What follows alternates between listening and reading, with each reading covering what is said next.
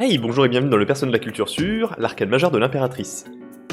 L'Impératrice, c'est un peu la carte qui débarque et qui dit « La cavalerie est là !» On est sur une arcane majeure qui parle de maternité, d'abondance, de création, mais aussi d'autorité bienveillante. Bref, l'Impératrice c'est le côté nourricier, mais avec un petit côté patronne qui n'hésite pas à te dire de finir tes légumes avant d'aller sauver le monde. Dans Persona 3, l'arcane de l'Impératrice, tu l'incarnes à travers Mitsuru Kirijo.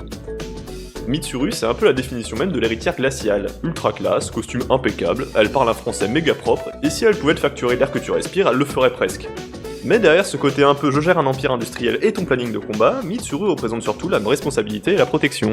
Elle est l'héritière du groupe Kirijo, elle porte un poids énorme sur les épaules, et pourtant elle est là pour ton équipe. Même si elle ne le montre pas toujours avec des câlins, faut pas abuser, elle est ce pilier solide qui prend les décisions quand tout le monde panique.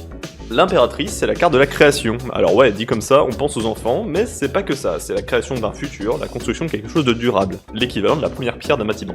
Et Mitsuru colle parfaitement, elle n'est pas juste la maman de substitution de 6, elle est celle qui prépare le terrain pour que tout le monde ait un lendemain. Même si parfois, ça passe par un ordre froid lâché sur le ton d'Animal Corporate. Donc quand tu tires l'Impératrice dans Persona 3, retiens une chose, c'est la force tranquille qui construit, protège, mais qui peut aussi te faire comprendre en un regard que si tu continues à faire n'importe quoi en combat, elle te décolle la tête.